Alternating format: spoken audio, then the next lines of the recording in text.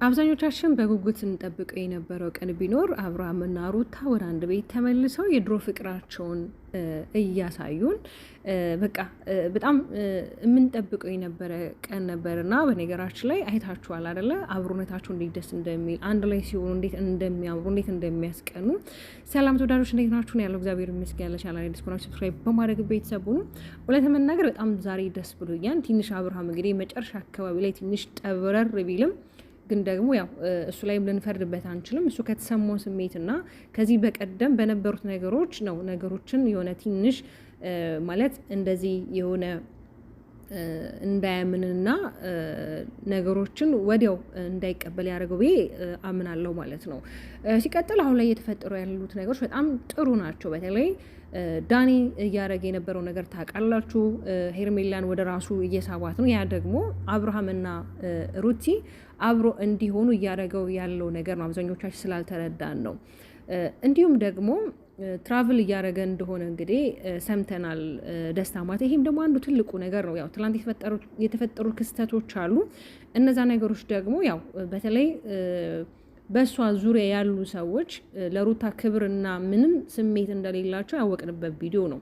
በተለይ ሩታን የሚያከብሩ ጓደኞች ቢሆኑ ኖሮ በዚህን ያህል ገፍተዋት በዚህን ያህል እንዴት ነው ደፍረዋት ይሄን ነገር ባላደረጉ ነበር ማለት። ለምን እንደማትፈልገው ስቲል ነግረዋለች፣ አሳውቀዋለች። ከዛ ባለፈ ደግሞ ያውቃሉ ያ ነገር ባይሆን መልካም ነበር። ግን ዛሬ በጣም ነው ደስ ያለኝ እውነት ለመናገር በጣም ከምላችሁ በላይ። ለምን አብሮነታቸው ሁላችንም ነው የምንፈልገው። በነገራችን ላይ የወለደ ሰው ብቻም ሳይሆን ሩታና አብርሽ ጋር በጣም ነው የሚዋደዱት፣ ፍቅር አለ። ያ ደግሞ ትልቁ ነገር ነው። መውለዳቸው በመሀላቸው ልጅ መኖር ብቻ አይደለም። የሰው ልጅ ወልዶ ይለያያል እኮ ፍቅር ከሌለ። ለምን ጭቅጭቅ ንዝንዝ ከሆነ ሁለታችሁ ማትፈላለጉ ከሆነ ማትከባበሩ ከሆነ ምንም ዋጋ የለውም ልጃችሁ በመሀል ቢኖሩም። ያው ግን ልጃችሁ ሊያገናኛችሁ ይችላል እናንተ ሁለታችሁን ማለት ነው። ስለዚህ ዛሬ ራሱ አብርሽ ከእህቱ ጋር መጥቶ ነበር፣ ከቡዜ ጋር መጥቶ ነበር። በጣም ግራ ሲገባት እኔ ሄርሜላን እንድታገባት እፈልጋለሁ እና ምንድነው ሀሳብክ ብለው ጠይቀው ነበር። በእርግጥ እንዲያገባት ፈልጋ ሳይሆን የእሱን ሀሳብ ለመረዳት ነው። ምንድነው እያሰበ ያለው ይሄ ልጅ ወዴት እየሄደ ነው ያለው ማለት። እህት እንደመሆኗ መጠን እህት ደግሞ ስትሆን ታላቅ እህት ማለት እናትም ናት፣ እህትም ናት፣ ብዙ ነገር ናት። ገብቷችኋል አይደለም? ስለዚህ ያው የተናገረው ነገር አለ። አሁን ላይ እኔ ማንንም የማግባት ፕላንም እቅድም የለኝም። እሷ ደግሞ ወደ ሩታ እንድትመለስ ነው የምፈልገው፣ ከሩታ ጋር ታርቃ አብረን እንድትሆን ነው የምፈልገው ስትለው አይ እኔ አሁን ላይ ማድረግ ያለብኝ ነገር እኔ ነኝ የማውቀው። አንቺ እኮ ማንም መርጦልሽ አይደለም ባልሽ ነው ያገባሽው። እናትና አባቴም እኮ ሰው መርጦላቸው አይደለም ያገቡ። ስለዚህ እኔ ስለ ራሴ አሁን ላይ ራሴ አውቃለሁ። ስለዚህ እኔ ብቻዬን ተውኝና እኔ ማድረግ ባለብኝ ሰዓት ላይ ማድረግ የምፈልገው ነገር ሁላ አደርጋለሁ ብሏል። ኦኬ። በዚህ አጋጣሚ በጣም ያደነኳት ነገር ቢኖር ቡዜ ሴትም እንደመሆኗ ለምንድነው ታዲያ የልጅቷን ጊዜ የምታቃጥለው የምታባክነው? ማትፈልጋት ከሆነ ለምንድነው ከእሷ ጋር ተስፋ እየሰጠካትና አብረካት እየሆንክ ያለኸው ብላ እንግዲህ ሀሳብ አቅርባለታለች። ያው እሷ ከኔ ጋር ስትሆን በጣም ደስ የሚላል። ደስ እንዲላት ደግሞ እኮ እያረክ ያለከው አብረው አንተን አይደል እንዴ? ስለዚህ እህትክ እውነት ዛሬ ትልቅ ሀሳብን ያነሳችልክ ብትነቃና ነገሮችን ወደ ራስክ መልሰክ ብታስብበት መልካም ነው። አዎ ምናልባት ሄርሜላ ጋር የምታገኘው ነገር ሊኖር ይችላል አሁን ላይ። ለምን ሩታ ጋር ተው አይደለም። በእርግጥ ሄርሜላ ጋር የምታገኘው ነገር ሩታ ጋር ተኮ ሳይሆን ያው ከእሷ ጋር አሁን ላይ ትንሽ ያው ስለተደባበራችሁ በዚህ ታይም እሷ ካጠገባለች ምንም የሚጎልብህ አይነት ነገር የለም። ከዛ አንጻር ነው። ግን አሁን ላይ እኔ ብትነቃ ነው የምለው። ማለት አብርሃም በጣም እንደ ጦር ይቅርታን ትፈራለክ። ይቅርታን ለመጠየቅ በጣም ነው የምትፈራው። ይቅርታ እኮ መደራረግ በጣም ምንም እኮ አይደለም። እውነት እግዚአብሔርም እኮ እኛን የሰው ልጆች ይቅር ያለ ነው አይደል እንዴ? አይደለም እኛ በጣም ለምንወደው ለምናፈቅረው የትዳራችን አጋር ለሆነ ልጅን በረከትን ለሰጠን ነፍስን ህይወትን ለሰጠን ሰው ይቅርታ መጠየቅ በጣም ሲምፕል ነገር ነው። በጣም ሲምፕል ነገር ነው አይደለ? ስለዚህ እንደኔ አሁን ላይም ቆም ብለክ ብታስብ ወደ ራስክ ብትመለስ ትዳርህን ብታድን አሁንም አረፈደም አስብበት ከራስ ጋር ማለት ነው። እኔ እውነት ለመናገር በጣም እዚህ ነገር ላይ ዋጋ የከፈለው ቢኖር ዴቭ ነው። ዴቭ እንግዲህ እንደምታውቁት ሶስቱንም አግኝቷቸው ሶስቱንም ለራሳቸው የጥሞና ጊዜ ሰጥተው እያደረጉት ያለ ነገር ትክክል እንዳልሆነ ወደ ራሳቸው እንዲመለሱ አድርጓል።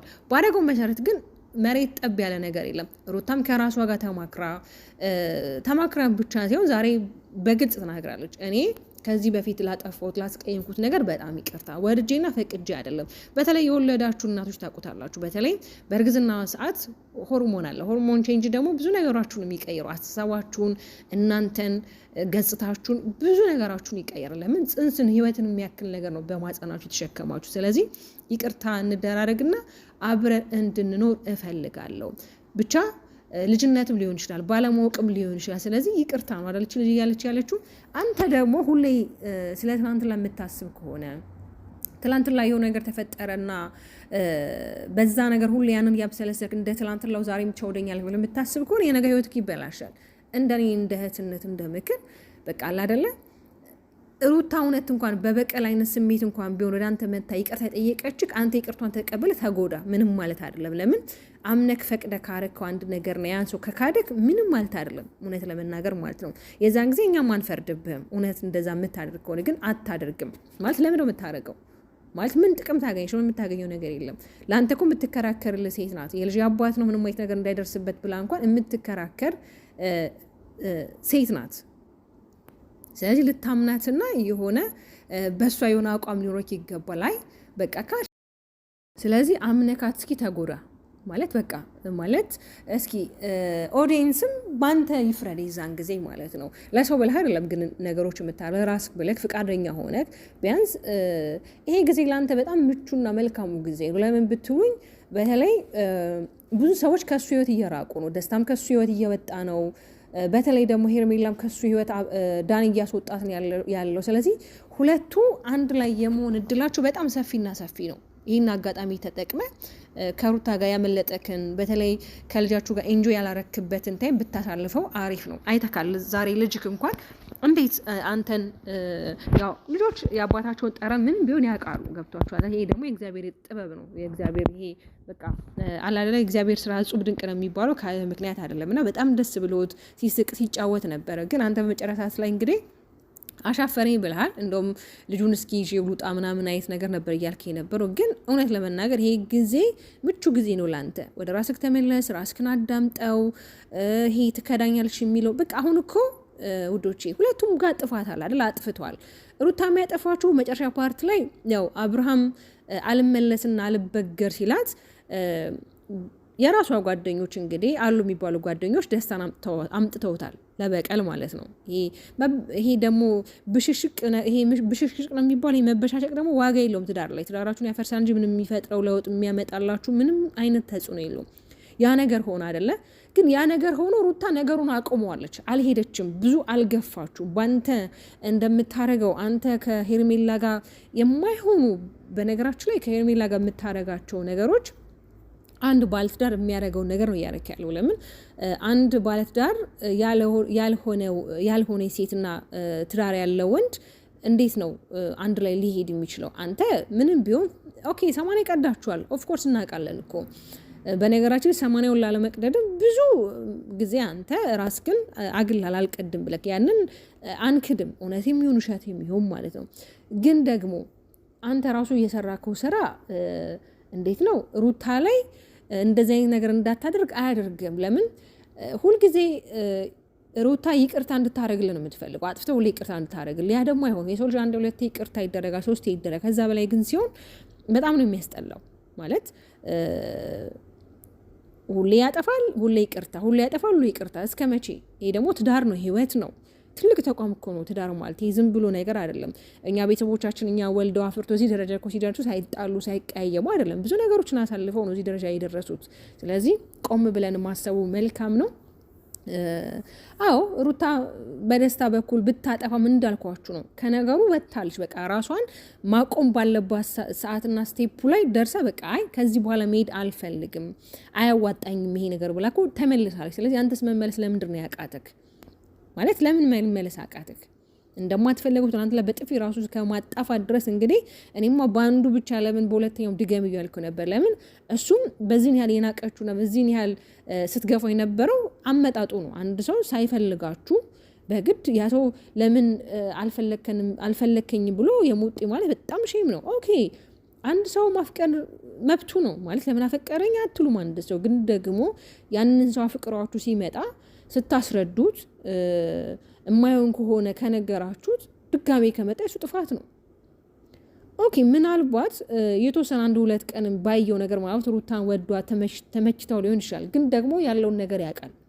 ባያውቅ እሺ በተለይ ደግሞ ይሄ ኖዋ የሚባሉት ከየት እንደመጣ ካለቅም አሁን ደግሞ ሩታና አብርሽ የሰላም መንገድ እየፈጠሩ ነው። አሁን ደግሞ ጨርሽ መንገዳቸው የምታደፈርሰው አንተ ነህ።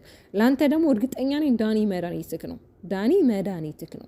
አዎ ዳኒ ብዙዎቻችሁ እንዳልኳችሁ ቅድም ልትጠሉት ትችላላችሁ። ግን ደግሞ ዳኒ የመጣው የእነሱን ህይወት ለማስተካከል እንጂ ከእሷ ጋር ምንም አይነት ኮንታንት ማለት ምንም አይነት ሪሌሽንሽፕ ኖሮት ወይም ደግሞ ከዚህ በፊት እንደተባለው ዳኒ የሩታ ፍቅረኛ ነው እንደተባል ሆኖ አይደለም። ኦኬ በዛም ታይም ስራ ነበር። በቃ ስራ ስለነበር ስራ ነው። ገብቷችኋል አይደል? ግን ከእሷ ጋር ምንም አይነት ግንኙነት የለውም። አብዛኞቻችሁ እንደዛ ብላችሁ ስለምታስቡ ማለት ነው። እኛ የምንፈልገው በዛ መውጣ በዚህ መውረደ ምንም ተባለ ምንም የትን ፍጩ ዱቄቱን አምጩ አይደል ነገሩ። ሁለቱ ታርቀው ሰላም እንዲፈጥሩ አብሮ እንዲመጡ። በተለይ ይሄ ወቅት የሙስሊሞችም የክርስቲያኖችም የጾም ወቅት ነው። ስለዚህ እኛ ራሱ አንደበታችን መልካም ነገሮች እንድናገር እናንተ መልካም ስራ ሰርታችሁ በሰዎች ዘንድ ወይኔ ታረቁ እኮ ተብላችሁ ለሰዎች አንደበት በጥሩ ቃል በጥሩ ነገር እንድትነሱ ራሳችሁን በዚህ መንገድ መምጣታችሁ እኔ ደስ ብሎኛል። ነገ ተጣልታችሁ ካልመጣችሁ፣ ነገ ደግሞ ሌላ አዲስ ኬስ ፈጥራችሁ ካልመጣችሁ ማለት ነው። ለማንኛውም ተወዳጆች በጣም ነው የምወዳችሁ፣ በጣም ነው የማከብራችሁ። ለቻናል አዲስ ከሆናችሁ ሰብስክራይብ አድርጉ። እንዲሁም ነባር ቤተሰቦቼ ቪዲዮ ላይክ አድርጉት፣ እንዲሁም ሼር አድርጉት። በሌላ ቪዲዮ እስከምንመለስ ሰላማችሁ ብዝት ይበልልኝ።